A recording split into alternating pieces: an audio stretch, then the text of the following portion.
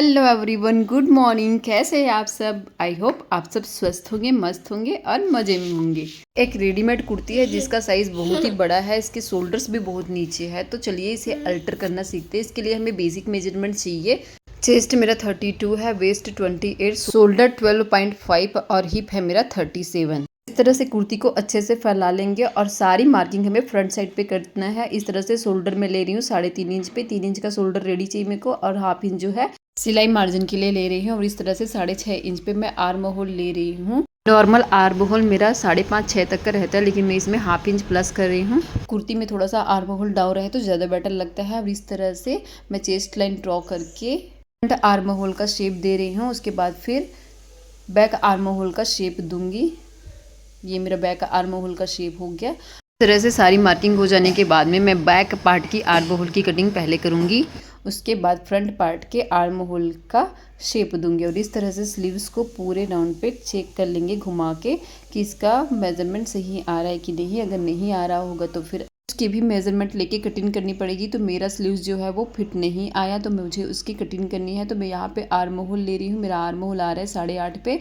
तो चलिए स्लीव्स की कटिंग करते हैं। इस तरह से स्लीव्स के फ्रंट साइड को एक दूसरे के ऊपर रखते हुए बैक साइड पे इस तरह से मार्किंग करनी है। ऊपर के साइड से 2.5 इंच पर मैं मार्किंग कर रही है और स्ट्रेट लाइन खींच लेना है। आर्म होल राउंड को मेजर करने के बाद में हमें आर्म होल राउंड मिला है 8.5 इंच पे। 1.5 इंच का मार्जिन देना होता है, लेकिन मेरे पास फैब्रिक कम है। जो स्ट्रेट लाइन ली है वहीं पे मार्किंग करेंगे 8.5 पे इस तरह से, और इसका सेंटर पॉइंट निकाल लेंगे।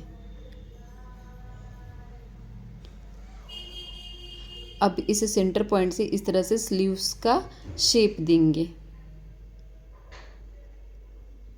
नीचे वाली साइड को दबाते हुए ऊपर वाली साइड को उभारना है इस तरह से।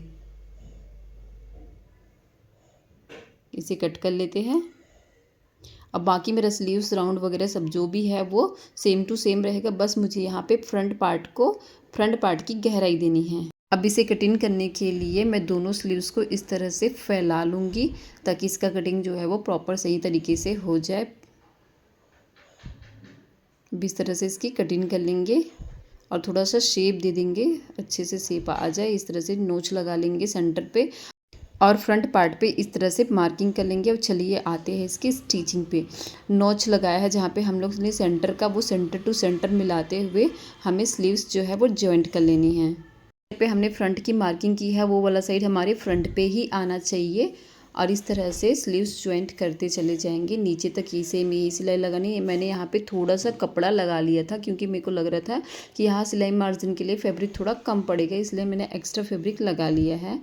अब इस तरह से ऊपर की तरफ स्टिच लगाएंगे, सेंटर तक लाएंगे, ऊपर की तरफ स्टिच लगाते हुए बैक साइड स्टिचिंग करेंगे। तो बैक साइड के लिए भी सेंटर से पूरे नीचे जाते तक स्टिच लगाएंगे और नीचे से फिर से सिलाई पलट के ऊपर की तरफ आते हुए स्टिच लगाएंगे और सेंटर पे लाके इसे रोक देंगे। इस तरह से हमारा स्लीव्स परफेक्टली अटैच हो जाएगा। इस अटैच करने के बाद में कर लेंगे इसकी फिटिंग की मार्किंग। इसके लिए मैंने कुर्ती को इस तरह से अच्छे से बिठा लिया और सबसे पहले हम लोग ले लेंगे सेंटर। इस तरह से सेंटर मार्किंग करने के बाद में मैं ले लूँगी इसका चेस्ट समथिंग 8.5 इंच पे। दोनों साइड सेम मार्किंग कर लेंगे। उसके बाद शोल्डर से 14 इंच नीचे में मैं ले लूँगी इसका वेस्ट पॉइंट। दोनों तरफ सेम मार्किंग करने के बाद में वेस्ट पॉइंट ले रही हूँ मैं यहाँ पे 7.5 इंच पे।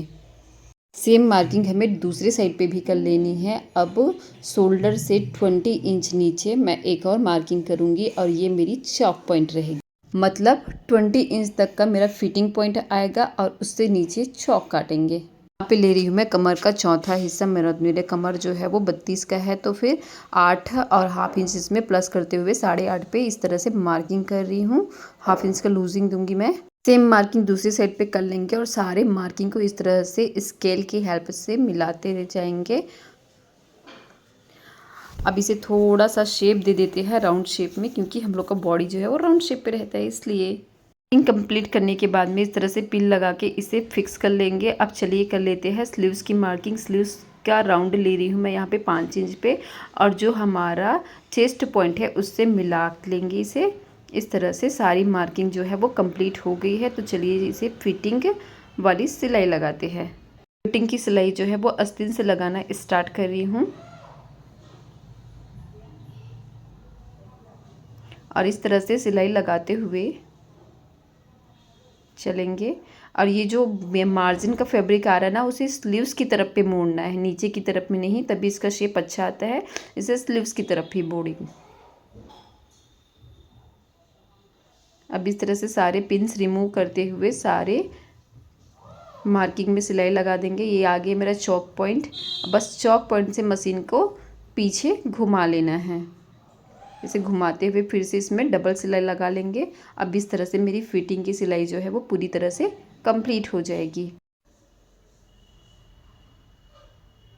अब इस तरह से चौक पॉइंट पे बड़ी टाकों वाली सिलाई लगा लेंगे नीचे तक। सिलाई में चौक फोल्ड करने के लिए लगा रही हूँ। ये बड़ी टाकों वाली सिलाई लगाने के बाद में चौक फोल्ड करना बहुत ही आसान हो जाता है और मैंने अपने पहले की वीडियो में भी इस तरीके से आप लोग को चौक फोल्ड करना बताया हुआ है। अब इस तरह से फैब्रिक को डबल फोल्ड करते हुए देखिए, इस तरह से आपको फैब्रिक को एक बार सिलाई तक आते तक यहाँ तक का पकड़ना है। उसके बाद इसको फिर से डबल फोल्ड कर देनी है। इस तरह से डबल फोल्ड करके इसके ऊपर में सिलाई लगा लेंगे। इस तरह से फोल्ड करते हुए प्रॉपर सिलाई लगा लेंगे जहाँ तक कि हमने मार्किंग की है वहाँ तक की। इस तरह से ये मेरा फिटिंग पॉइंट है, तो फिटिंग पॉइंट के ऊपर इस तरह से मार्किंग करते हुए इसे 1 इंच ऊपर तक सिलाई लगानी है इस तरह से। अब यहाँ से मशीन का एंगल चेंज कर लेंगे और सेम सिलाई जो है वो हमें इस दूसरे चौक पे भी लगानी है, इस तरह से फैब्रिक को फोल्ड करते हुए। इससे आपका चौक जो है वो आसानी से पलट जाता है और ज़्यादा मेहनत करने की ज़रूरत भी नहीं पड़ती और फिनिशिंग भी काफ़ी अच्छी आती है। इस तरह से सिलाई लगाते हुए पूरे नीचे तक ला लेंगे। अब जो हमने लंबे टाकों वाली सिलाई लगाई थी उसे इस तरह से धागा खींचते हुए खोल लेंगे। ये आसानी से निकल जाता है, बहुत ही आसानी से निकल जाता है। इसे निकालना बहुत ही आसान है और आपकी चौक की फिनिशिंग भी प्रॉपर आती है। देखिए कितने आसानी से निकल गया। मेरी चौक की फिनिशिंग भी प्रॉपर आई हुई है। बस सेम टेक्निक से दूसरा चौक भी हम लोग फोल्ड कर लेंगे। और ये रहा इस कुर्ती का फाइनल लुक। आई होप आपको ये ट्यूटोरियल वीडियो समझ में आया हो। अगर किसी प्रकार का कोई डाउट हो तो फिर मुझे कमेंट कर सकते हैं। और इसी तरह की ट्यूटोरियल वीडियो पाने के लिए मेरे वीडियो को लाइक करें, चैनल को सब्सक्राइब करें। Thanks for watching.